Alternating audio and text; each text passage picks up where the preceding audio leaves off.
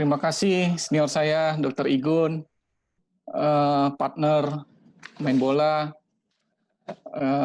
memberi kesempatan kepada saya membawakan satu topik tentang sentinel lymph node biopsi pada penanganan kasus-kasus breast cancer. Sebelumnya, salam hormat kepada Dr. Siswanto, Ketua ID Cabang Makassar. Salam hormat kepada guru-guru, senior, dan sejawat saya yang hadir pada hari ini. Terlebih salam hormat saya kepada 3 pembicara guru-guru yang lain. Dan salam hormat kepada peserta semua. Ya, pada kesempatan kali ini, mungkin saya yang share screen aja ya, Dr. Igun. Silakan, Dok. Ya, silakan, Dok.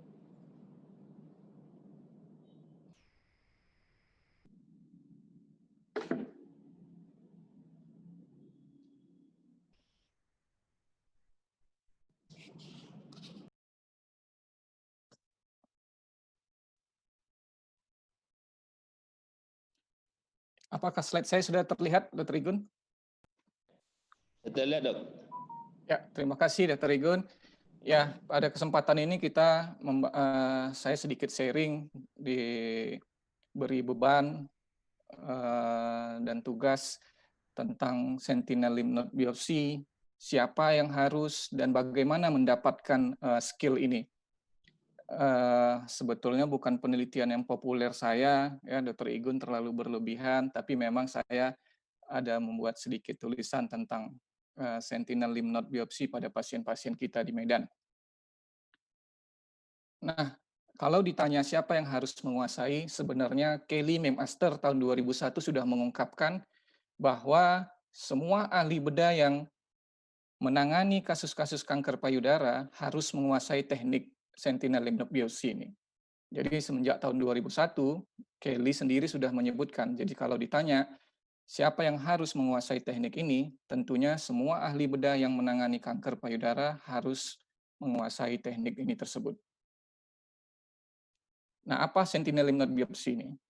Nah, sentinel lymph node biopsi ini adalah salah satu prosedur pembedahan yang digunakan untuk menentukan apakah suatu kanker payudara sudah menyebar dari tumor primer ke sistem limpatik, di mana yang kita tahu regional yang pertama dari kanker payudara adalah kelenjar getah bening aksila yang dapat menyebar dari tumor primer melalui sistem limpatik payudara menuju sistem limpatik aksila.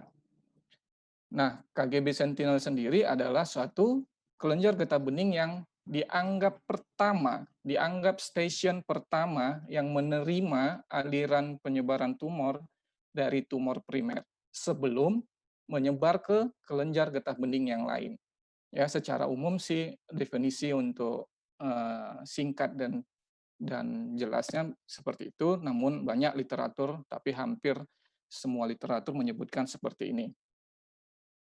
Ini secara ilustrasi, penyuntikan sentinel lymph node biopsi bisa melalui peritumoral, bisa melalui subareola, periareola, yang secara ilustrasi kita lihat ada satu tumor atau kanker payudara yang akan ke kelenjar getah bening. Nah, yang berwarna biru ini yang dianggap stasiun pertama, dan yang warna hijau lainnya dianggap stasiun yang lanjutan. Jadi stasiun pertama inilah yang dianggap kelenjar getah bening yang pertama menerima aliran tumor dari tumor primer.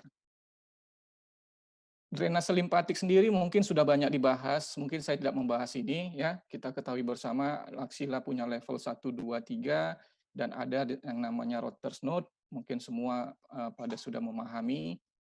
Nah, kenapa sentinel lymph node biopsi pada kanker payudara ini muncul? Karena ternyata beberapa literatur menyimpulkan bahwa tindakan diseksi aksila seorang ahli bedah membuat pasien mendapatkan morbiditas yang banyak dan tinggi sekali.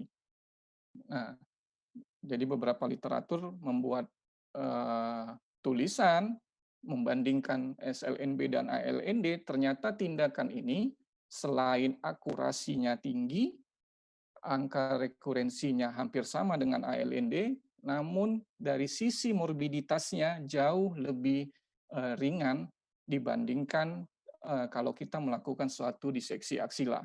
Namun tidak semua juga kita bisa melakukan SLNB pada semua kasus-kasus kanker payudara. Nanti kita bahas satu persatu.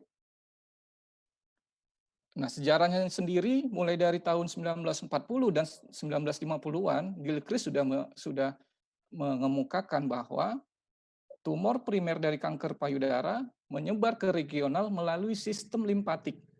Gitu ya. Dari tahun 40 sampai 50-an sudah dikemukakan tulisan-tulisan tentang sentinel lymph node biopsy ini, dan yang terbaru 2018 Papa Temelis dia membandingkan indocyanin green dengan suatu teknisium 99, salah satu bahan juga untuk sentinel lymph node biopsy, di mana indocyanin green lebih unggul dibandingkan teknisium 99.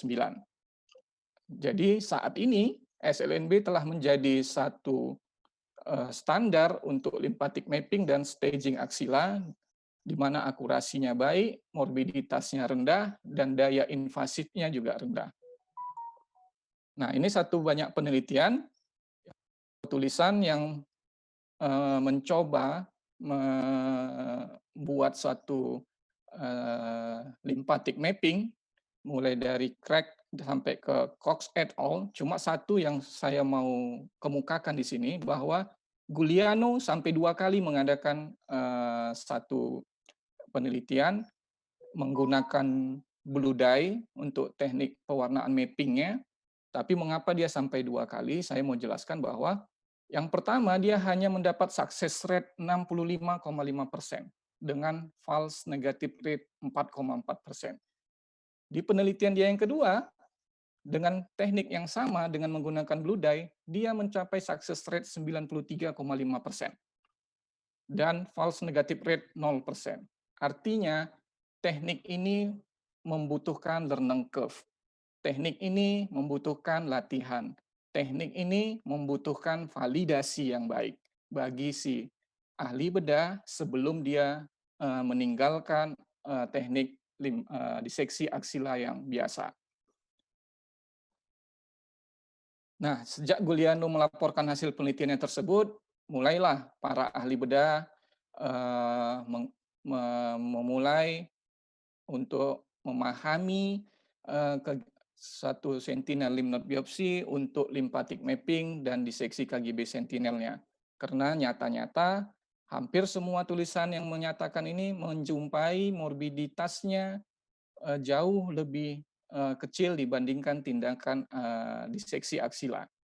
Namun dari sisi disease free, dari sisi overall, dari sisi rekurensi regional, tidak jauh berbeda. Nah, ini beberapa penelitian saya gabung dari Al-Saif kawan-kawan dan Igor kawan-kawan, Sarah kawan-kawan, dan NASBP, Almanak, Akosok. Ternyata semuanya menunjukkan hal yang sama, di mana morbiditas yang diakibatkan ALND itu jauh menurun apabila kita menggunakan teknik sentinel lymph node biopsi. Tentunya pada kasus-kasus yang kandidat sentinel lymph node biopsi. Nah, metodenya sendiri banyak. Sekarang ada yang menggunakan methylene blue dye atau patent blue dye, ada satu lagi namanya isosulfan blue dye, ada yang menggunakan teknik radiokoloid, ada yang menggunakan teknik indocyanin green, ada yang menggunakan teknik super paramagnetic, ada yang menggunakan teknik contrast enhanced ultrasound, ini pakai sulfur, dan ada yang menggunakan kombinasi. Dan semua guideline sepakat bahwa teknik kombinasi dengan double pewarnaan adalah teknik standar atau baku emas pada penggunaan sentinel lymph node biopsi.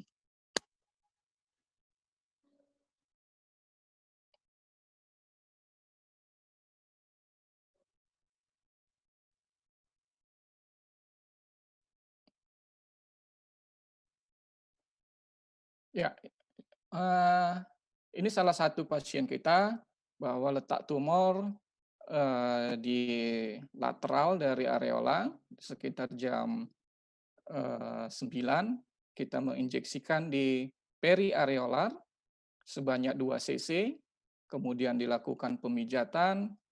Yang awalnya saya sendiri apa fungsi pemijatan ini juga, kok dipijat-pijat gitu kan. Jadi kadang-kadang perawat kita nanya, perawat kamar bedah, "Dok, ini bukan kesempatan kan, Dok?" Gitu kan. Ya, ternyata memang hampir semua juga tulisan, apalagi yang menggunakan double pewarnaan juga memang merekomendasikan pemijatan tersebut, agar memperlancar saluran aliran, pewarnaan yang kita berikan ke daerah limfatik yang ada di dermis agar masuk cepat ke percabangan yang dalam ke perilobular, akhirnya nanti ke limfatik aksila. Nah, selain itu saya mau kasih lihat gambar bahwa hampir semua pasien saya yang saya temukan adalah istilah Dokter Bayu adalah good boy. Good boy KGB-nya itu selalu terletak di antara vena thoracalis lateralis dan intercostal branch. Ya, saraf interkostal, ini dia. Jadi hampir semua yang saya dapatin adalah di daerah ini. Jadi sekali lagi, tindakan sentinel lymph node biopsi selain pemahaman, anatomi aksila juga kita kuasai, mau tidak mau. Apalagi nanti di Indonesia kita hanya menggunakan single teknik. Gitu. Nanti saya kasih lihat di belakang bagaimana keadaan kita di Indonesia sekarang. Tapi sekali lagi, penguasaan anatomi dari aksila memang wajib kita kuasai.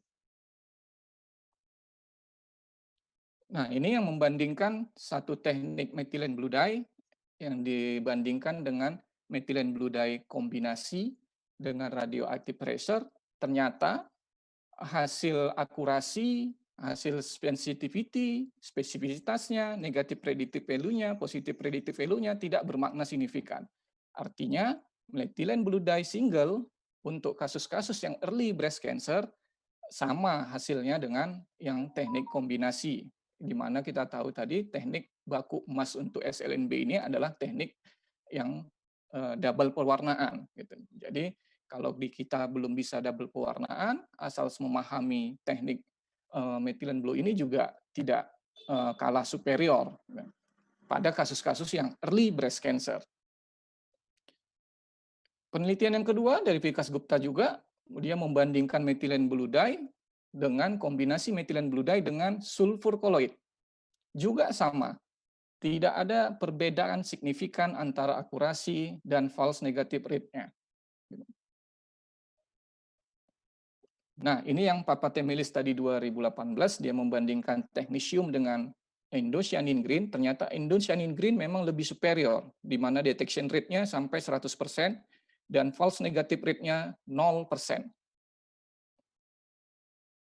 Nah, ini dia bagaimana kontraindikasinya. Jadi tidak semua juga kandidat kanker payudara dikandidatkan untuk teknik SLNB tersebut.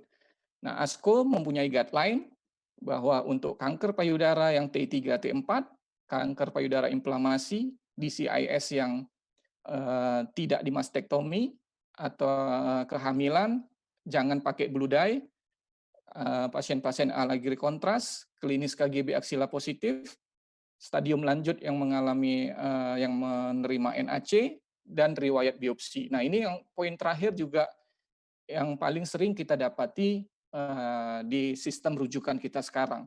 Jadi kalau saya karena kebetulan di Adam Malik tipe A yang dapat yang begini-begini, yang sudah di biopsi eksisi baru dikirim ke rumah sakit kita. Nah, ini menjadi kontraindikasi relatif, apalagi letak tumornya superolateral, karena dikhawatirkan sistem limfatik kita dari payudara karena menuju ke aksila itu menuju daerah superolateral semua. Dari manapun asal limfatiknya pasti menuju ke superolateral aksila. Nah, kalau dikhawatirkan kalau tumor berada di superolateral, kita lakukan eksisi, rusak semua sistem limfatiknya, akibatnya tindakan sentinel lymph node biopsi pewarnaan kita nggak nyampe ke kelenjar getah bening yang mau kita tuju. Gitu.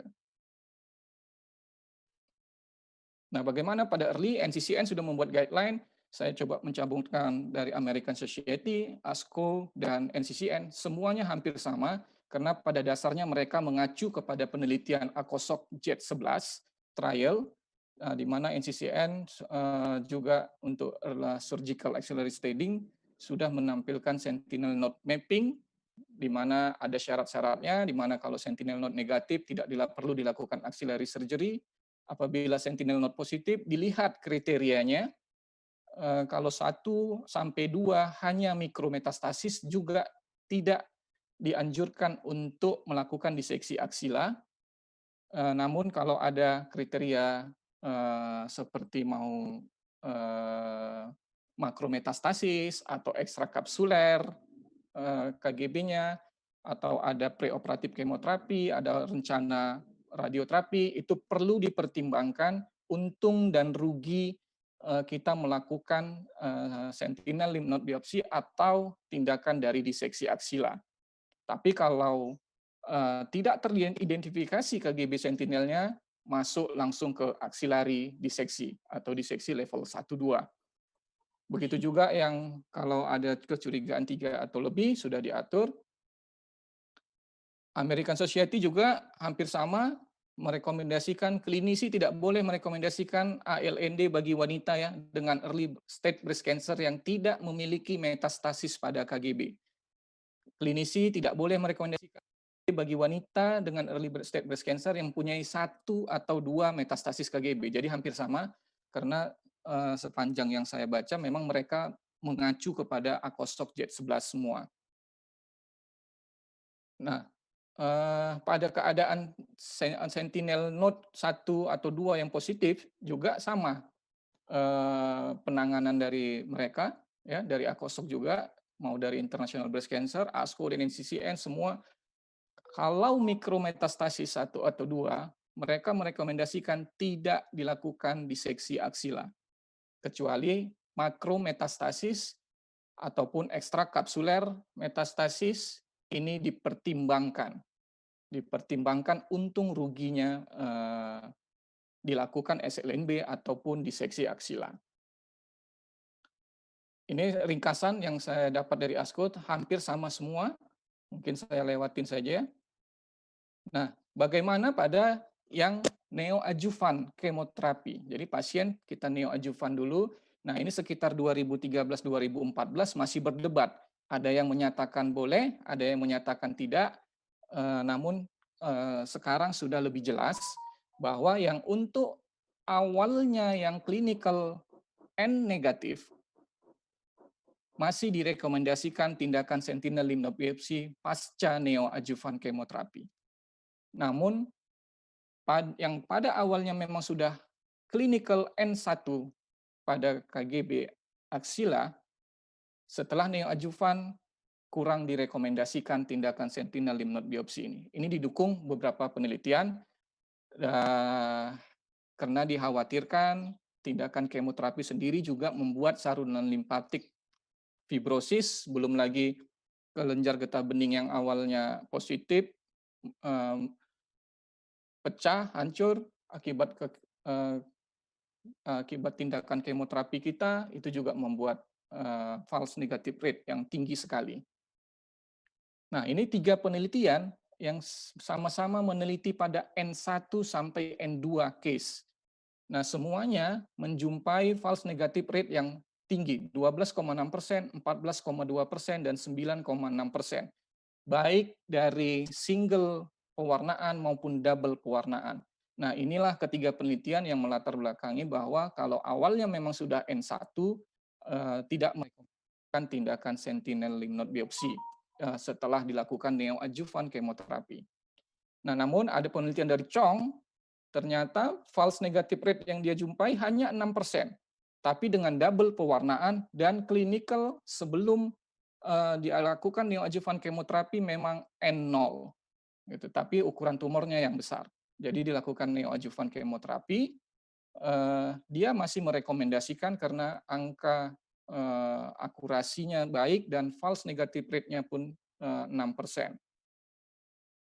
Satu lagi, Hari dan kawan-kawan merekomendasikan apabila kalau dilakukan neoadjuvan terlebih dahulu, boleh dilakukan sentinel dengan syarat metastasis yang di awal sudah dikonversi jadi negatif. Nah, ini juga membuat kita harus lebih menguasai lagi teknik WSG untuk melihat keadaan KGB aksila maupun FNAB WSG guided atau Corbius WSG guided yang sangat nyambung dengan kegiatan kita beberapa minggu yang lalu disampaikan oleh para pembicara bahwa tindakan presisi biopsi pada breast cancer maupun aksila juga sudah banyak metodenya. Jadi sangat nyambung untuk tindakan sentinel lymph node biopsi ini. Nah, SLNB dengan 2 pewarnaan sangat direkomendasikan pada pasien-pasien yang mengalami neoadjuvan terlebih dahulu. Dan satu lagi, penggunaan klip dan dual tracer sangat direkomendasikan. Nah, pemasangan klip juga harus kita kuasai teknik USG. Bagaimana yang rekuren? Yang rekuren kurang dianjurkan, tapi ada satu penelitian Handan dan kawan-kawan, dia menemukan ternyata ada dijumpai jalur drainase aberran sebesar 43,2% dan jalur drainase alternatif. Nah, untuk itu dia melakukan limfoskintigrafi terlebih dahulu untuk menentukan jalur limfatik yang baru. Jadi, namun detection rate yang dia capai 85,7%. Jadi masih ambang batas toleransi dari suatu SLNB untuk detection rate SLNB yang diakomodir di komunitas onkologi ya sekitar 85 sampai 90%. Nah, bagaimana pada keadaan yang inflammatory breast cancer? Ini sama sekali hampir semua guideline tidak merekomendasikan karena dikhawatirkan dan keadaan inflammatory breast cancer tersebut membuat oklusi atau emboli pada saluran limfatik. Nah, bagaimana yang multifokal dan multisentris? Ini yang awalnya di tahun 2000-an menjadi kontraindikasi relatif, namun sekarang sudah tidak menjadi kontraindikasi asal dilakukan dengan double pewarnaan. Pada wanita hamil jangan menggunakan blue dye, yang lebih rekomendasikan adalah penggunaan methylene blue yang lebih aman dan lebih murah. Nah, sekarang kita melihat bagaimana di Indonesia perkembangan sentinel lymph node biopsi. Setelah dari data-data dari luar semua, kita Indonesia juga ternyata sudah banyak guru-guru saya dan senior saya melakukan ini, namun sedikit untuk publikasi. Nah, bagaimana kita mencapai teknik sentinel lymph node biopsi ini agar kita lebih yakin kerjaan kita ini benar, yang kita lakukan ini benar, dan bermanfaat buat pasien. Karena sekali lagi tindakan ini adalah penentuan bagi pasien apakah seorang pasien ini dilakukan tindakan diseksi aksila atau tidak. Jadi seorang ahli bedah harus betul-betul menguasai dan memvalidasi diri dia sebelum memang melakukan teknik ini. Jadi beberapa penelitian menyarankan bahwa seorang ahli bedah itu harus memvalidasi diri dia dengan 20 kasus terlebih dahulu. Sebelum dia betul-betul meninggalkan rutin diseksi aksila pada kasus-kasus kandidat SLNB. Cox et al. Menuliskan bahwa dengan mengerjakan lebih 6 pasien per bulan memiliki angka kegagalan yang lebih rendah. Giuliano yang sempat saya singgung di depan, dia mengapa dia 2 kali saya tekankan di sini, ini menunjukkan bahwa teknik ini memang memerlukan learning curve yang baik. Memang teknik ini memerlukan latihan yang baik dan memang teknik ini memerlukan validasi diri yang baik. Sehingga yang awalnya dia menemukan identifikasi rate 66% menjadi 94%. Yang awalnya false negative rate 12% menjadi 0%. Begitu juga Bass et al., Moro et al., Lehman et al. Juga menyarankan berkisar 20 sampai 40 kasus validasi kita. Apabila angka-angka validasinya baik, pedelah kita untuk melakukan tindakan SLNB untuk limpatik, dan staging aksila pada pasien-pasien kanker payudara. Begitu juga ACOSOC juga menyampaikan 30-40 kasus memberikan hasil angka identifikasi 90% dan false negative rate di bawah 5%. Nah, satu lagi yang penting di Indonesia adalah menjalin kerjasama yang baik dengan patolog. Ini juga pengalaman saya, sangat-sangat membantu apabila kita bekerja berkolaborasi dengan patolog yang baik. Karena kalau ini tindakan baru bagi kita, sudah pasti baru juga bagi teman-teman patolog. Jadi menjalin komunikasi yang baik dengan patolog sangat membantu tindakan SLNB kita. Sekali lagi karena ini pertaruhan antara penanganan pasien perlu diseksi aksila atau tidak. Nah, bagaimana di Indonesia? Baku emasnya 2, double pewarnaan. Sementara radionukleid, indocyanin green, super paramagnetic itu sangat sulit didapat di Indonesia. Patent blue dye setahu saya sampai sekarang belum ada di Indonesia. Jadi apa yang bisa kita gunakan? Makanya di awal saya singgung adalah methylene blue dye. Methylene blue dye harga murah, dapat di Indonesia, dan angka akurasinya baik walaupun dilakukan single teknik. Tidak kalah superior pada double pewarnaan pada early breast cancer yang sebelum dilakukan neoadjuvan. Dr. Farida sudah memvalidasi diri beliau di tahun April 2014 sampai Februari 2015 dengan jumlah pasien 44, identifikasi rate 97,2%, negatif rate 0%.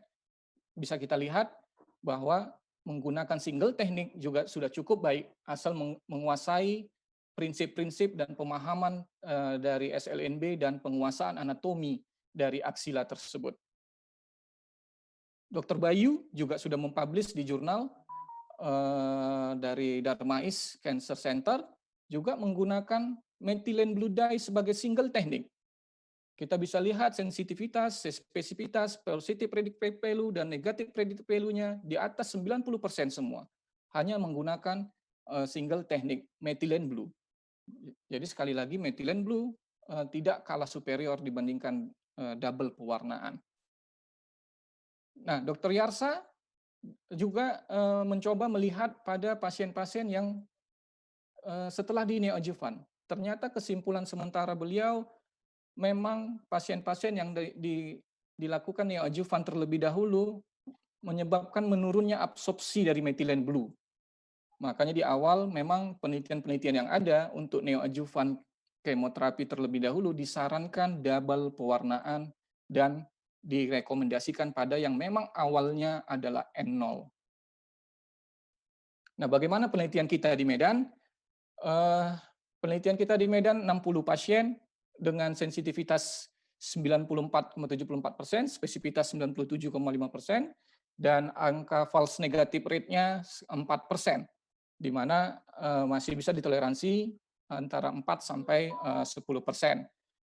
Di mana dari 60 pasien, komplikasi methylene blue yang ditakuti, alhamdulillah ke 60 pasien tidak mengalami komplikasi dari methylene blue yang skin necrosis di sekitar injeksi, iritasi pada flap, reaksi alergi, dan ada beberapa tulisan yang melaporkan edem paru, juga tidak, alhamdulillah tidak kita temukan pada ke 60 pasien kita.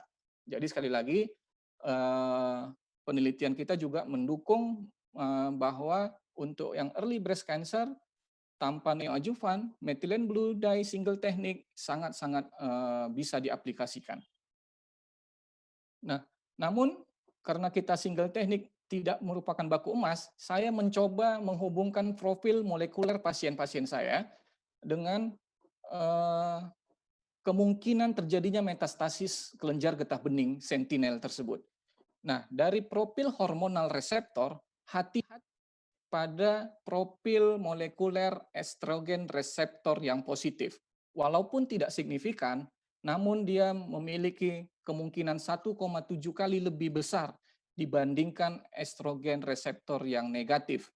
Nah, jadi kembali lagi bahwa profil molekuler yang kita punyai sebelum melakukan tindakan ini sangat-sangat membantu kita. Jadi memang Dr. Igun sangat pas memilih topik-topiknya, didahulukan beberapa minggu yang lalu tentang tindakan-tindakan biopsi pada breast. Nah, ini juga terkait pada itu. Jadi kalau kita sudah mempunyai data pre-op, data profil molekuler yang kita punya, kita sudah lebih berhati-hati menerima hasil dari sentinel lymph node biopsi kita. Nah, kami juga menghubungkan bagaimana hubungan ekspresi HER2 terhadap metastasis KGB sentinel. Kembali memang tidak signifikan secara statistik, tapi dia menunjukkan 1,4 kali lebih mungkin terjadi metastasis dibandingkan ekspresi HER2 yang negatif. Nah, yang saya menghubungkan grade, gitu. Jadi satu-satunya yang bersignifikan secara statistik adalah grade. Jadi hati-hati pada pasien yang grade 3, sentinelnya negatif, hati-hati. Coba dilihat di daerah sekitar KGB sentinel, apakah ada KGB yang mencurigakan, karena kalau KGB yang terisi tumor, dia tidak terwarnai.